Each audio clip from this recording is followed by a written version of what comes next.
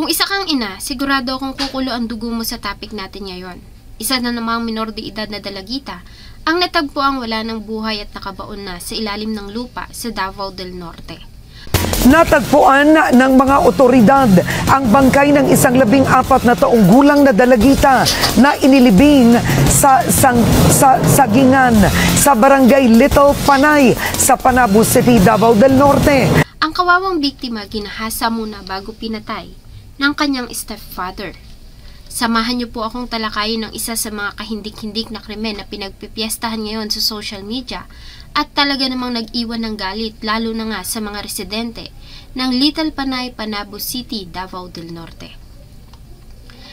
Bago ko po ipagpatuloy ang ating kwento, sa mga bago po sa channel ko at nais sa mga ganitong klase ng kwento ng krimen na nangyayari sa loob at labas ng ating bansa ay maaari pong pakipindot ang ating subscribe button at notification bell para ma-notify kayo pag may mga bago tayong upload na videos.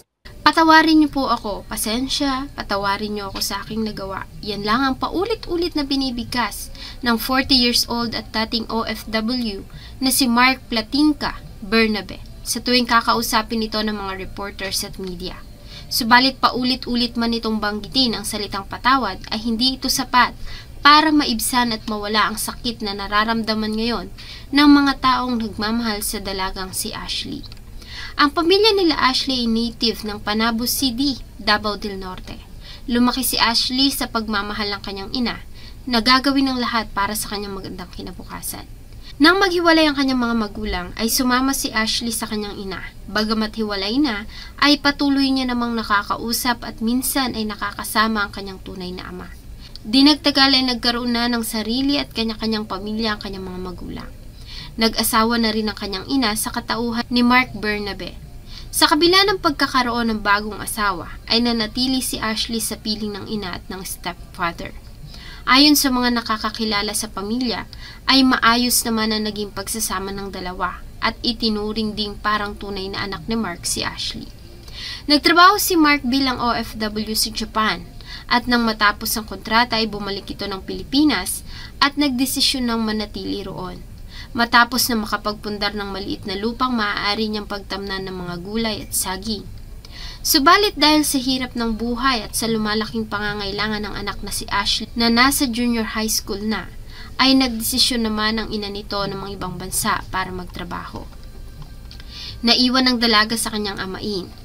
Sa mahabang panahon ng pagsasama, akala ng ina ni Ashley ay kilala niya na ng lubos ang asawa. Ang lalaking inakala niya na anak ang turing sa kanyang anak ay isa palang halimaw na nagtatago sa anyo ng isang maamong tupa. February 28, 2025, nagpost ang ina ni Ashley ng panawagan sa social media sa kung sino ang maaaring nakakaalam sa kinaroroonan ng kanyang anak. Hindi kasi ito umuwi ng kanilang bahay at hindi rin nila ito makontak sa kanyang cellphone. Ayon sa kanya, huling nakita ang anak na lumabas galing sa school sa Panabo National High School, kung saan ito nag-aaral at kasalukuyang nasa ika-9 na baitang ng junior high school. Sa kabila ng milya-milyang distansya sa isa't isa, ay naging daily routine na mag-ina ang pag-uusap. Kaya naman nag-alala ito dahil sa kauna-unahang pagkakataon ay hindi niya ito makontak. Wala din itong sinabi sa kanya na pupuntahan at walang nakakaalam isa man sa kanilang mga kamag-anak at kakilala kung saan ito nagpunta. Mabait at masunuring anak si Ashley at hindi nito ugali ang pag-alis ng bahay lalong-lalo na nga ang hindi pag-uwi. Nagtanong-tanong na din sila sa lahat ng mga kakilala, kamag-anak at mga kaibigan na maaari nitong puntahan subalit walang nakakaalam kung nasaan si Ashley. Kaya naman nagdesisyon na ang kanyang ama na idulog na ang problema sa tanggapan ng pulis. Natatakot sila na maaaring may masama na ngang nangyari sa dalaga. March 1, 2025 ng hapon ay dumulog sila sa information desk ng kapulisan ng Panabo City. At dito nga ay inilahad nila ang mga information tungkol sa misteryosong pagkawalan ni Ashley. Agad namang tumugon ang nasabing tanggapan at nagpadala ng mga tao para gumawa ng investigasyon at tumulong para matagpuan na ang nawawalang dalagita.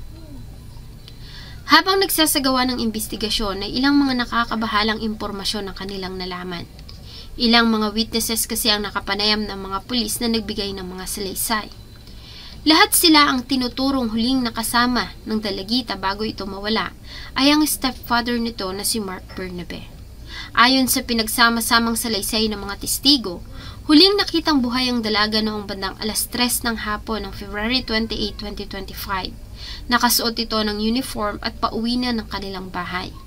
Ayon sa isa sa mga saksi, nakita niya itong sumakay sa motorsiklo na minamaneho ng stepfather nito na si Mark. Isa pang saksi ang nagsabi na nakita niya ang biktima at ang stepfather nito na nagtungo sa bakanting lupain na pagmamayari ni Mark sa Little Panay sa pareho pa ring bayan. Ayon sa isang caretaker na sagingan sa lugar. Nakita niyang pumasok doon ng dalawa at hindi na niya nakita kung anong oras umalis ang mga ito. Katakataka naman na nang araw ding iyon, ayon sa mga kamag-anak ng biktima, pasado alas 11 na ng gabi nang umuwi si Mark. Napansin nila na putikan ito at may mga kalmot sa braso, kaya naman duda sila na may kinalaman nito sa pagkawala ni Ashley. Dahil sa mga natanggap na salaysay ay tumutok ang investigasyon sa stepfather ni Ashley na si Mark Bernabe. Nang makapanayam nila ito ay agad na silang nagtaka dahil sa pabago-bago at hindi nagtutugma nitong mga salaysay. Noong una, sinabi pa nito na nag-message sa kanya ang dalaga na hindi ito makakauwi ng bahay dahil sa may gagawin nitong project school kasama ang mga kaibigan. Ngunit nang tanungin ng mga pulis kung maaari ba nilang makita o mabasa ang nasabing mga messages, ay sinabi nito na wala na iyon sa kanyang cellphone dahil nabura na niya. Nakumpirma din nila ang mga sariwa pa nitong galos at sugat sa kanyang braso. Pinahubad nila ito ng damit at ilan panghang sugat ang kanilang nakita sa katawan nito. Nang tanungin ay sinabi nito na nakuha niya ang mga iyon sa kanyang trabaho. Kasama pa rin si Mark ay nagtungo ang mga investigador sa lupa na pagmamay-ari nito sa kabilang barangay, kung saan tinuturo ng mga saksi na huli nilang nakita ang biktima kasama ang stepfather nito. Pagdating nila sa nasabing property ay agad silang gumawa ng search. Agad din namang nakaagaw ng kanilang atensyon ang bagong bungkal na lupa sa sagingan. Nang tanungin nila si Mark ay sinabi nito na binungkal niya ang lupa dahil balak niya itong tamnan ng mga gulay. Nanginginig ito at hindi mapakali. Dito na lumakas ang hinala ng mga investigador. Hiniling nila ang tulong ng team ng Soko at agad na hinukay ang lupa. Dito na nga nila natagpuan ang wala ng buhay na katawan ng nawawalang si Ashley. Sa pagkakatagpo sa katawan ay nagbago ng salaysay ang suspect at agad na inamin ang ginawang kasalanan. Ayon sa kanya ay ginahasa niya ang biktima bago pinatay at ibinaon sa lupa. Sa kanyang salaysay ayon sa kanya ay nagalit siya dahil sa masasakit na salita na sinabi sa kanya ng kanyang asawa na ina ni Ashley. Dahil sa wala umano siyang trabaho at wala daw siyang kwenta dahil wala siyang pera. Sa galit ay ang anak nitong si Ashley ang napagbuntunan niya ng kanyang galit. Bagamat may mga usap-usapan na maaari umanong matagal na niya itong ginagawa sa dalaga dahil may mga oras na napapansin nila itong wala sa sarili at tulala. Bago mangyari ang krimen ay ilang mga kapitbahay nila ang nakarinig sa pagtatalo ng dalawa. May nobyo din ang biktima kaya naman maaari umano na nagsiselos ito. Gayunpaman, ano paman ang dahilan, ang sinapit ni Ashley ay talaga namang nakakapanlumo. Isipin mo na lang ang takot na naramdaman ang kawawang biktima nang ginagawa iyon sa kanya ng lalaking itunuring na niyang sariling ama. Sa kasalukuyan ng suspect na si Mark Bernabe ay nasa pangangalaga ng tagong PNP, habang inihahanda na ang patong-patong na kaso ng panggagahasa at pagpatay laban sa kanya. Panawagan ng PNP, alagaang mabuti ang mga anak lalo na nga ang mga kababaihan.